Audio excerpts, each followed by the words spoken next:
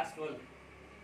So in last class you studied about the chromosomal theory of inheritance and linkage and crossing over, isn't it? And also sex determination. Okay.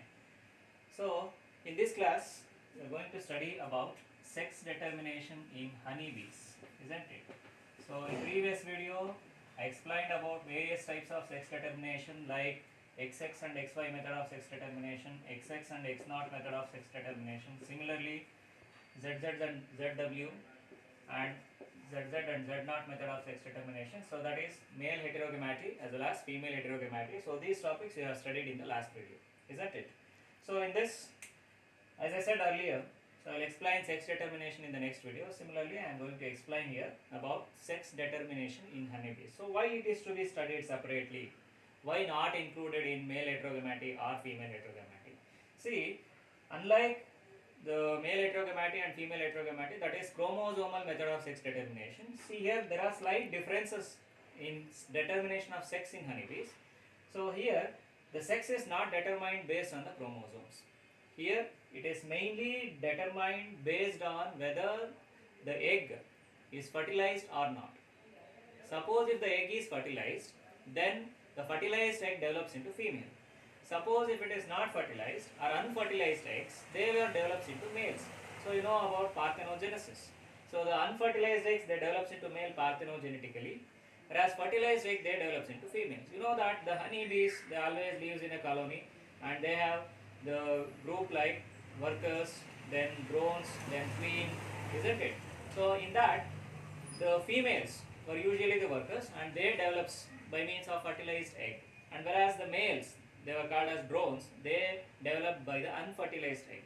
Okay, so based on that whether there is a fertilization or not, on that basis the sex is determined in honeybees. This was proposed by John Dearson. This was proposed by John Dearson. Okay, so that is prior to the concept of chromosomal method of sex determination. 50 years back he has proposed this concept, that is about sex determination in honeybees. So based on fertilization, okay, if the fertilization takes place, the fertilized eggs will develop into the concept of sex determination in honeybees that was proposed by John Dearson. So if the egg is fertilized, that develops into female. If the egg is not fertilized, so where the unfertilized eggs will develops into males. See, usually the queen that takes mate during free flight. Okay, free flighting that means ಮೇಲ್ಗಡೆ fly ಮಾಡ್ತಾ ಇರಬೇಕಾದ್ರೆ free flight that is away from the nest or away from the comb. So usually the female will take the mate at the free flight, that is away from the nest. If there is a fertilization of the egg with the sperms, then those fertilized eggs, fertilized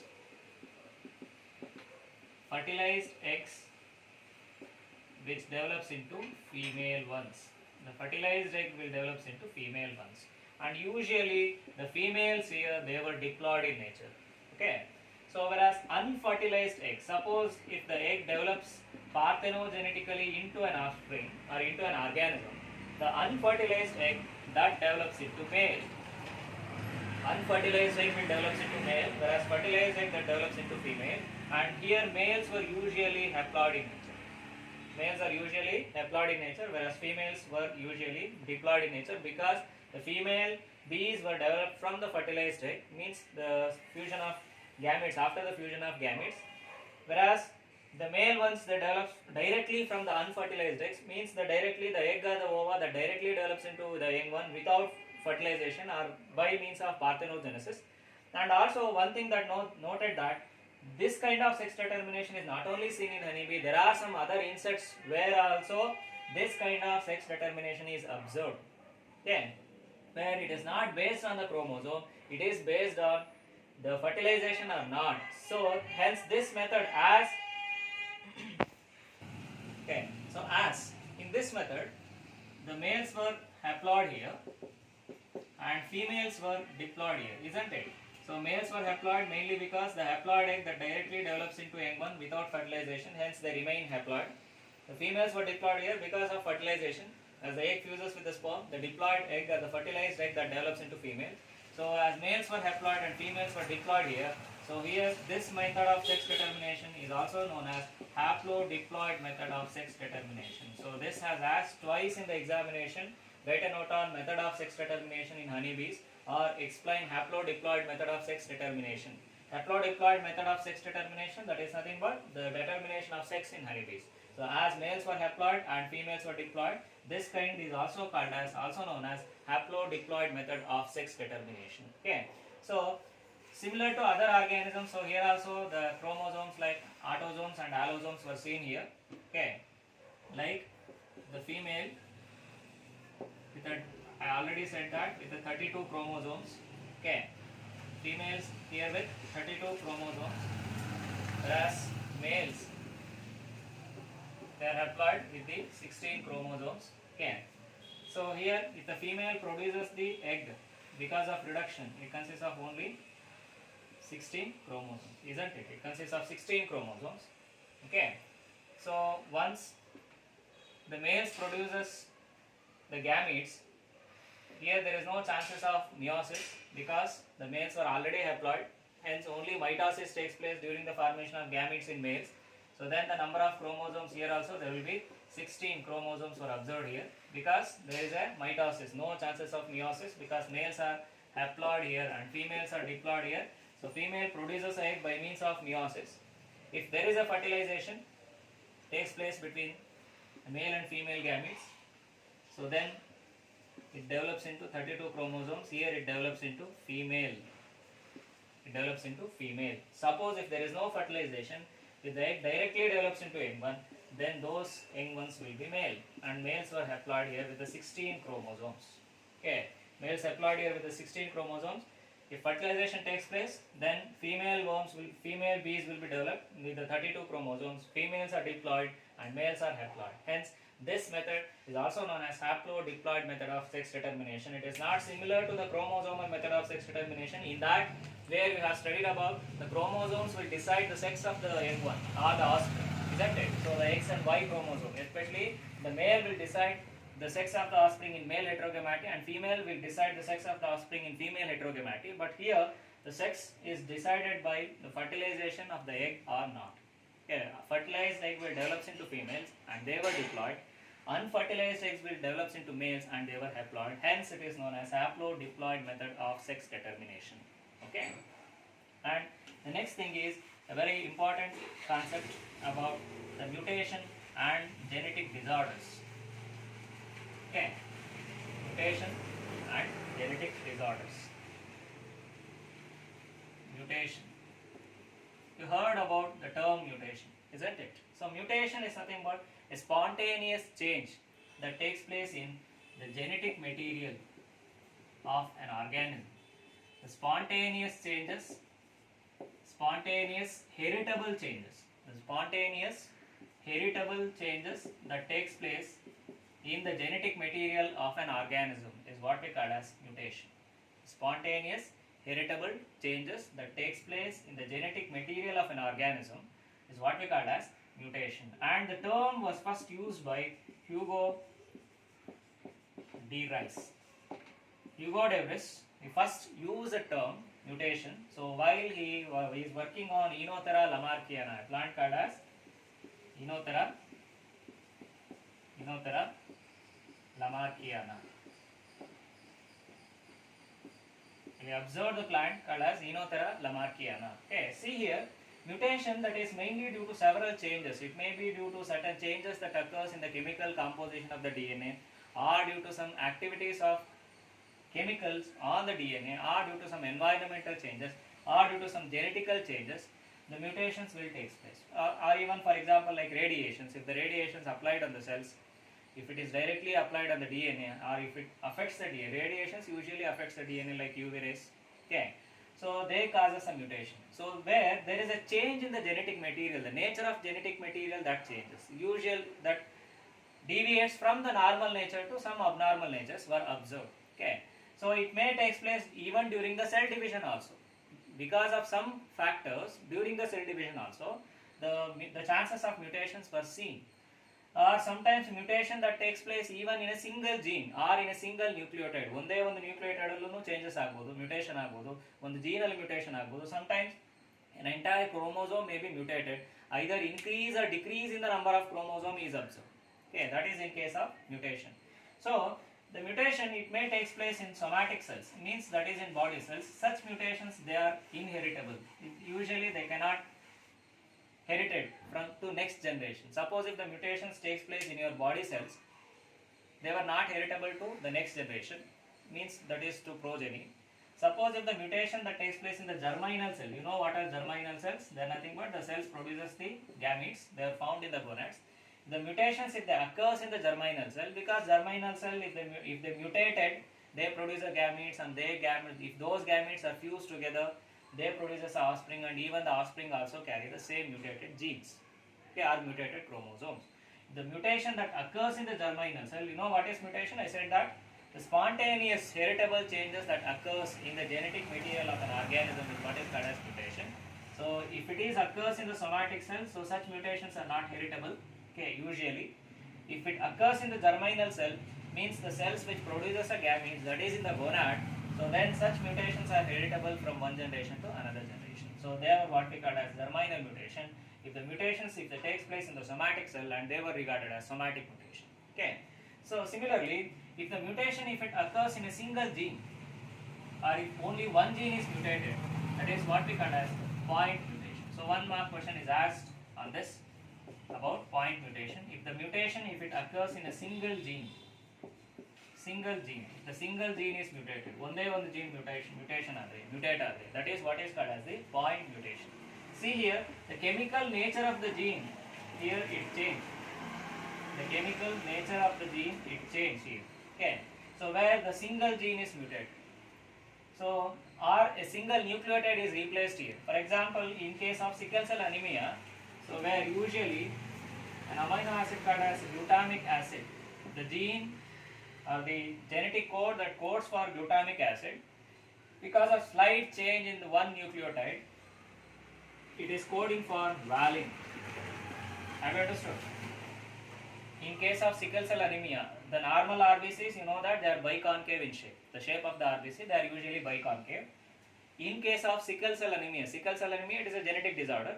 In case of that one, a single nucleotide is replaced. Because of that, the genetic code that is coding for glutamic acid, because of the replacement of the nucleotide, it is coding for valine. Hence, an amino acid is changed in a protein. That is in the RBC of the, okay, in RBC, where an amino acid is changed, due to the change in an amino acid, the shape of the RBC gets changed. Hence, that is what is called as a single gene mutation, the mutation that occurs in the single gene. Especially in this condition, in case of sickle cell anemia, I said this is a genetic disorder that mainly occurs due to replacement of an amino acid called glutamic acid by means of valine. No doubt both are amino acids. In this condition, glutamic acid is usually found in the normal RBC. But in case of sickle cell anemia, glutamic acid is replaced by valine. That is due to mutation of a single nucleotide in the gene that is coding for the polypeptide chain of RBC. Okay. Hence, the genetic disorder is caused. That is what is called as sickle cell anemia. So this is called as point mutation. Means the mutation that takes place in the single gene. Okay. So the next thing is chromosomal mutation. So in this chromosomal mutation, the entire chromosomes may be mutated. So this chances mainly during the cell division process. Chromosomal mutation. See here, in this condition, the entire chromosome may be either an increase or decrease in the number of chromosomes were observed. The more chances here, especially during gametogenesis, during meiosis, if the chromosomes fails to separate, one chromosome will extra enter to one gamete, and the another gamete will carry one less chromosome. Okay, that is what is called as chromosomal mutation. So where one addition or deletion of chromosome is observed here. For example, you know that the human beings, we have 46 chromosomes, isn't it? This is a normal chromosome number. Among that, 44 chromosomes are autosomes, and the remaining 2 chromosomes are allosomes, that is XX or XY. Allosomes, it may be XX or XY. So in this condition, suppose if one chromosome lacks from this 46, then the number of chromosomes will be 45. So one chromosome is lacking. Usually that is X0 in females, in case of females. One X chromosome lacking. X chromosome lacks its homolog, and that becomes a genetic disorder, what is called as Turner's syndrome. Turner's syndrome. See, if one gene is mutated or one chromosomal segment is mutated, it is not causing that much of effect. It means it causes a genetic disease, no doubt in that, but it doesn't cause a syndrome. If only one gene is mutated, it doesn't cause a syndrome. But if the entire chromosome is mutated, either it is missing or addition of chromosome takes place, then a group of disorders can be observed. That is what is called as a syndrome. Adana syndrome anta karite. Group of genetic disorders are collectively known as a group of abnormalities were collectively known as a syndrome. So if the one chromosome, especially the X chromosome, is missing in females, so then the genetic disorder is what is called as Turner syndrome. Similarly, if one chromosome added to the normal existing pair of 46 chromosomes, then the number of chromosomes will be 47. So then the condition is XXY, means an addition of extra X chromosome in males. So where that results in a syndrome, what is called as Klinefelter's syndrome. Klinefelter syndrome. That is because of addition of one extra X chromosome in males. See, XY is a male. Here one extra X chromosome is added. Another X chromosome is added here. This is addition and this one is deletion. Both of them, because a chromosome, it may have hundreds of genes on that, isn't it? If the number of chromosome increases, the effect of the genes increases. The number of chromosome decrease, again the effect of those genes will be decreased. Then again that leads to abnormality in case of Turner syndrome, as well as by the addition in case of Klinefelter syndrome. Okay, so it causes the genetic disorders. The mutations will usually result in genetic diseases. Okay, so let us look into the genetic diseases, some of the genetic diseases that is given in your syllabus. Okay, and first I am going to discuss about the defects or genetic disorders due to the defects in one gene. One genal defect agi varanta genetic disorders yadu. They were collectively known as Mendelian disorders. Mendelian disorders. So this topic, that especially the genetic disorders that deals with the disorders in human beings, the genetic disorders in human beings. Okay, and that is studied under human genetics. Okay. So where the first thing is about Mendelian disorders. See, Mendelian disorders are nothing but they are the single gene disorders. Single gene disorders means these are the genetic diseases which occurs due to defects in one gene. Due to defects in one gene. Okay, they were collectively called as Mendelian disorders, and usually they follow the standard Mendelian fashion of inheritance. So that you have studied like dihybrid cross or monohybrid cross. So where the monogenic inheritance, the Mendelian disorders were also known as here monogenic. So where you have studied in case of monohybrid cross, like monogenic inheritance. Okay, that usually follow the regular fashion of Mendelism or Mendel's laws of the genetics.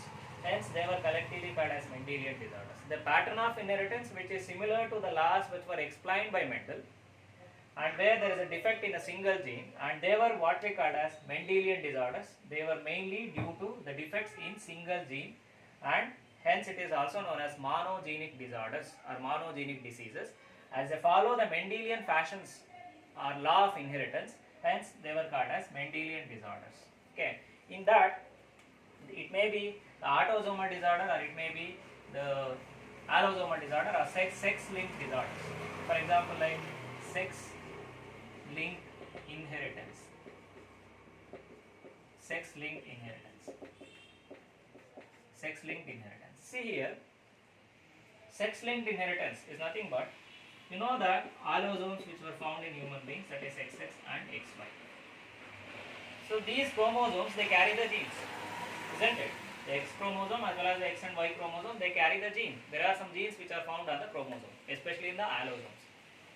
The genes which are found on the allosome, they regulate some of the body characters. The genes which are found on the allosomes, they regulate some somatic characters or they regulate some body characters, and those genes were called as sex-linked genes. The genes which are found on the allosomes and they regulate the body characters, and they were called as sex-linked genes. For example, color sensitive cells on the retina. Okay, are production of blood clotting factors in the blood. See, blood is nothing but it is related with the somatic genes, whereas the formation of color sensitive cells on the retina, that is also nothing but the body cells. So where the genes which are found on the allosomes which regulate or control some of the body characters, those genes are regarded as sex linked genes, and their inheritance is what is called as sex linked inheritance. The genes found on the allosome, you know that X6 and X5 both are nothing but they are the allosomes. The genes which are found on the allosome, they regulate the body characters or somatic characters, they were called as sex linked genes, and their inheritance is what is known as sex linked inheritance. In that X linked inheritance, it means the gene regulating the body character, if it is present on the X chromosome, it is known as X linked inheritance. Okay, X linked inheritance means the gene found on the X chromosome here. X linked inheritance, for example, like hemophilia,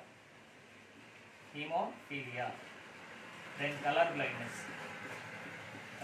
See, these are the disorders which are mainly due to the presence of recessive gene on the X chromosome or defects on the X chromosome. Okay, so hemophilia or color blindness. Similarly, the next thing is Y-linked disorders. So here mainly the Y-linked disorder that can be seen only in males. No chances of seeing Y-linked diseases in females because males are carrying the Y chromosome, not the females. Hence, these disorders were seen only in males. Or these characters or influences that can be seen, Y-linked influences can be seen only in males, not in case of females.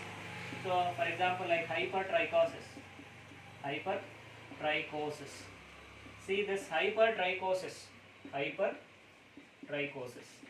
This hypertrichosis is nothing but the development of hairs on the ear pinna. Development of hairs on the ears, isn't it? You might have seen in some elders, like your grandfathers or father. Okay, so where the development of hairs can be seen on the ear pinna. So where on the ears the hairs will be developed. So this is a genetic inheritance. This is a hereditary character. Not seen in all families, but some of the families where the men will develop hairs on the ears. That is what this is not seen in females because females are not possessing Y chromosome. Hence, this is a Y-linked inheritance. That is hypertrichosis. Okay. Similarly, XY-linked. If the genes related with both the X and Y chromosome. Okay. XY-linked. If they related with the both of the chromosomes, so then it is known as XY-linked inheritance. So where xeroderma. This is one of the genetic disorder can be seen due to defects in both the X as well as on Y chromosome. That is what is called as xeroderma pigmentosum. Okay. So this is about the sex-linked inheritance. So where the genes which are regulating the body characters or somatic characters which are found on the sex chromosome, and their inheritance is what is called as sex-linked inheritance. Okay. And the next thing is about the Mendelian disorders. In that, the monogenic disorder, especially the allosomal defects, means the defects in the sex chromosome, the genes on the sex chromosome. In that, the first one is hemophilia. This is the first Mendelian disorder. It means defect in one gene, and this defect in one gene is located on X chromosome. This is located on X chromosome. Here the recessive gene is located on X chromosome. Hence, hemophilia is an X-linked recessive gene disorder. Such questions is asked in the NEET or CET. Identify the following or identify the disorders which is X-linked. Hemophilia is an X-linked recessive gene disorder. Because of the presence of recessive gene on the X chromosome, the disease which occurs. And this hemophilia was first discovered by John Conrad Otto, who discovered the hemophilia for the first time in Royal Family of London. Okay, that is in Queen Victoria family. Hence, hemophilia is also known as royal disease. Royal disease means as it is identified in the Britain's royal family for the first time. Hence, this is also known as royal disease. This is also called, hemophilia is also known as bleeder's disease. Bleeder's disease, mainly because those persons with the hemophilia, they continues to bleed. If there is a cut or any wound or if there is a surgery, they continues to bleed. There is no clotting of blood. See, the disease mainly concerned with the blood clotting. If the blood clotting factors, if they are absent in the blood, usually blood won't clot. You know that if you have an injury, in few minutes or within few minutes the blood will be clot, isn't it? Because of the formation of platelets, accumulation of platelets and fibroblasts, the blood will be clot. There is no further flow of blood is observed, isn't it? In case of normal ones. But whereas in case of hemophilic ones, if there is a cut or a wound, then the blood will continues to flow, mainly because the blood clotting factors will be absent here. That is due to the presence of recessive gene on the X chromosome. The blood clotting factor, normal blood clotting factors will not produce. Hence, this is known as bleeders disease. Those persons, they continues to bleed or tend to bleed continuously. Okay, main reason because of the presence of recessive gene on the X chromosome. Okay, hence this is an X-linked recessive gene inheritance. Okay, so here I am mentioning here the normal genes. You know that the blood related characters will be regulated by the gene known as I, isn't it? The normal I am mentioning here as XX chromosomes, III. This represents the XX chromosome, whereas this will represents the males and this one represents the female. Okay, so this is a normal condition, IH and IH. Okay, so this is a normal condition. So where both the chromosomes receives a normal gene, that is a dominant gene. So this is normal condition. In this condition, usually the blood clotting factors are produced. They are nothing but the normal human beings. Okay, normal female, this one. Here also, you know that the males were carrying only one X chromosome, isn't it? So here also the normal gene is present, that is IH. The dominant gene is present, so they were nothing but the normal males. So in this condition also, IH and small h. So this is nothing but the female. Here females are represented by the similar letters here, I and Y. This is nothing but the male. This is I and I. This is the female here. So here females, look at here, one X chromosome carrying the normal gene, the dominant gene, the normal dominant gene, whereas the another X chromosome carrying the recessive gene, isn't it? The small h that represents the recessive gene. So here these females are normal. They do not show any hemophilic symptoms. The reason why, because though the defective gene is found on one of the X chromosome, it means though the recessive gene is found on one of the X chromosome, the other X chromosome carrying the normal gene, if the gene on the other X chromosome, if it is normal, then it can compensate the defects which is produced from the recessive gene.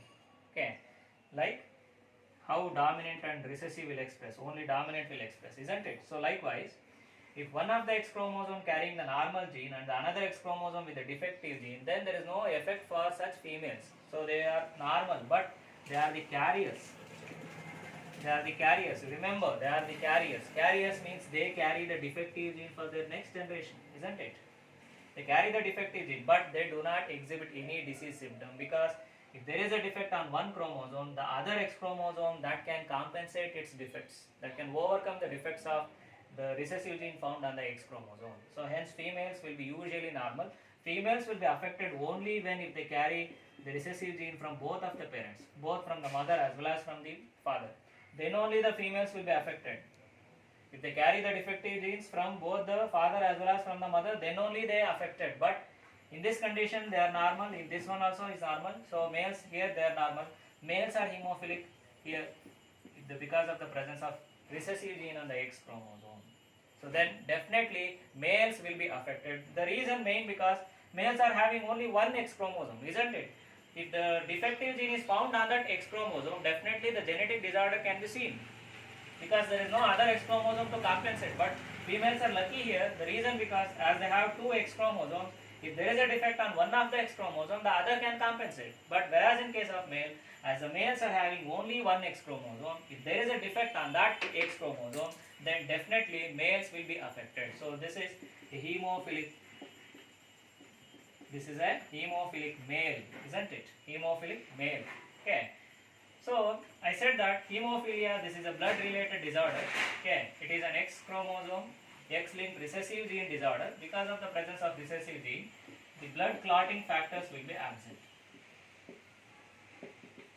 Blood clotting factors will be absent here. Okay, like factor 8, factor 9 and factor 11.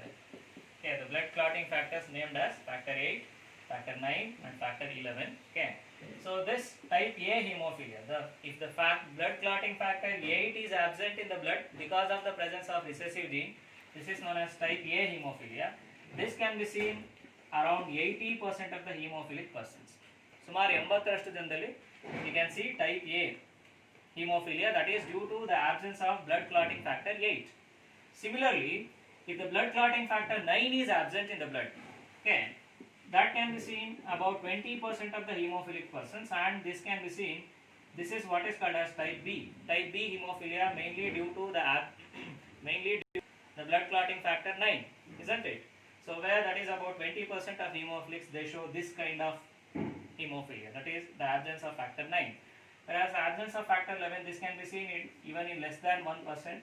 Okay, that is due to the presence of blood clotting factor 11, and this is what is called as type C hemophilia. Type A, B and C. Type A hemophilia due to the absence of blood clotting factor 8.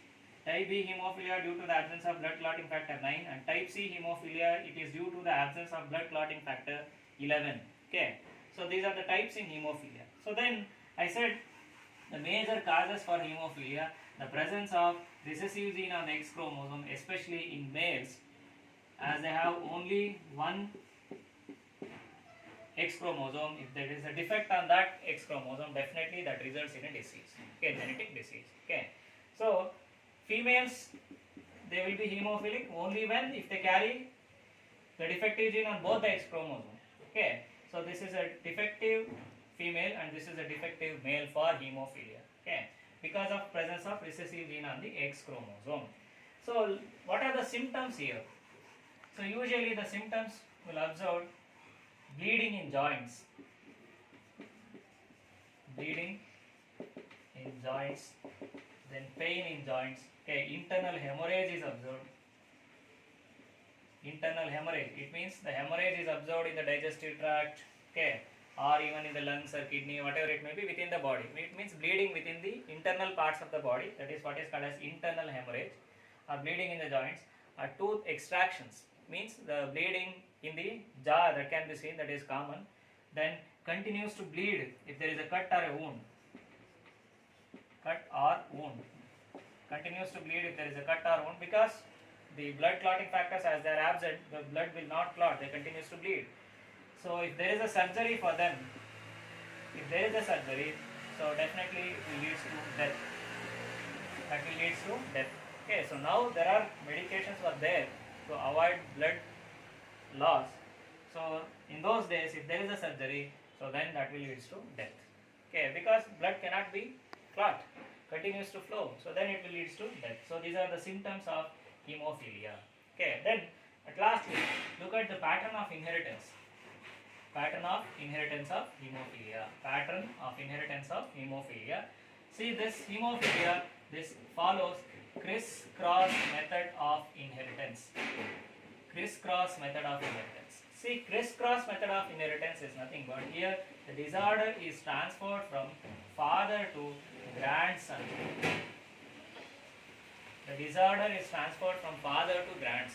Father in the grandson ಗೆ transfer ಆದಂತ disorder. The disorder is transmitted from father to grandson, okay, or from grandfather to grandson. So through carrier daughter, this is very important. Through carrier daughter, here daughter will be the carrier. Daughter, avallu helide nanu what is a carrier daughter anta. So having one normal gene and another one defective gene. Okay, so this is a carrier. The disorder is transferred from father to grandson through a carrier daughter, that is what is called as criss-cross inheritance. Okay, so let us look at the condition. Suppose a normal woman marries a hemophilic man. Normal woman marries a hemophilic man. A normal woman marries a hemophilic man. Okay, so normal woman is nothing but having both the normal genes, homozygous condition, that is IH and IH. Hemophilic men having IH and IY. So this is a recessive gene here. Okay, there is a recessive gene. This is IH and IY, recessive gene. Okay. They produce gametes like IH. Here two kinds of gametes are produced, IH and Y, isn't it? If there is a fertilization, so this is the F1 generation. Okay, this is the F1 generation. There is a fertilization here, IH and IH. The other chance will be IH and Y, isn't it? So what is the phenotype here? This is normal carrier daughter, isn't it? This is female as carrying X chromosome, normal carrier daughter. What is the character here, the phenotype here? Normal male, isn't it? So one X and another Y chromosome is present, hence this is a normal male. So normal male inherits normal gene from his mother, whereas here the female carries a defective gene from her father, isn't it? The female is carrying the defective gene from her father. The male is carrying the normal gene from his mother, isn't it? So in the first generation, in the F1 generation, there will be a normal carrier daughter and normal male and normal son can be seen. Normal son. Okay.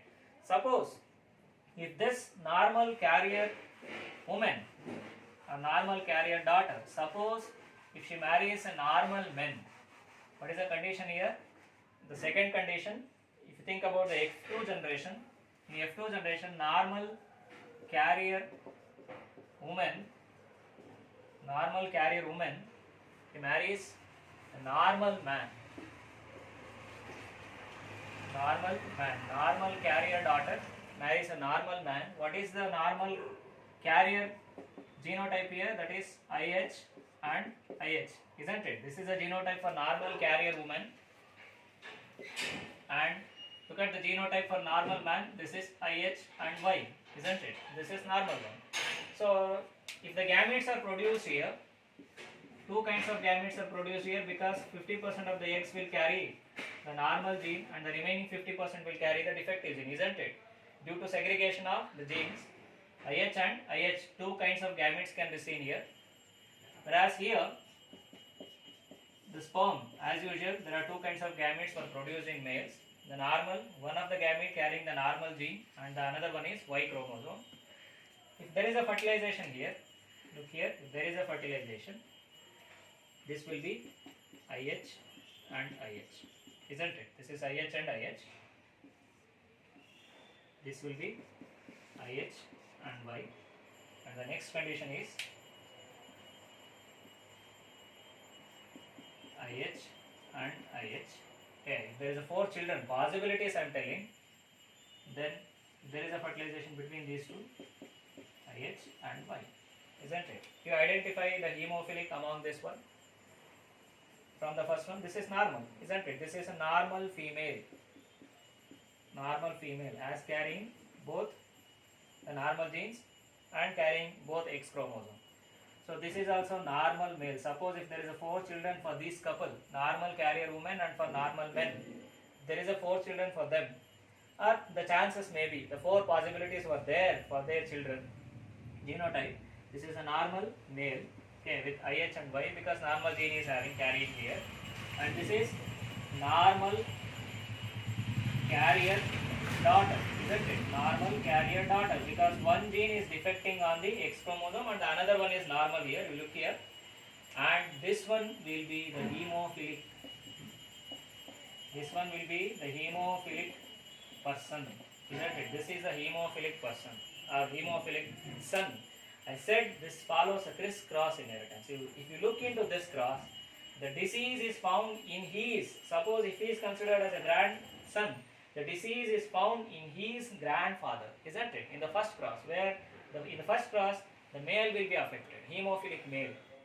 Then it is transferred to the grandson. It means this is a F2 generation, isn't it? If it is transferred to the grandson through the carrier daughter, isn't it? Normal carrier daughter. Hence this is called as criss-cross inheritance. The disease gets transferred from father to grandson. So where he is a father in that cross, in the first cross, then get transferred to the grandson, his grandson. Through what? Through the carrier daughter. Okay, she is the daughter of that first person. So then This is what we call as criss-cross inheritance. Disease transferred from father to grandson through carrier daughter. Okay. So this is about the hemophilia. It is an autosomal recessive gene disorder. It is an allosomal recessive gene disorder. It is an X-linked inheritance. Okay. Follows criss-cross inheritance, mainly characterized by bleeding due to the lack of blood clotting factors in the blood because of the presence of recessive gene on the X chromosome. Okay, so in the next classes or in the upcoming videos, I discuss about further genetic disorders like color blindness, then sickle cell anemia, both the autosomal as well as allosomal genetic disorders. Okay, thank you.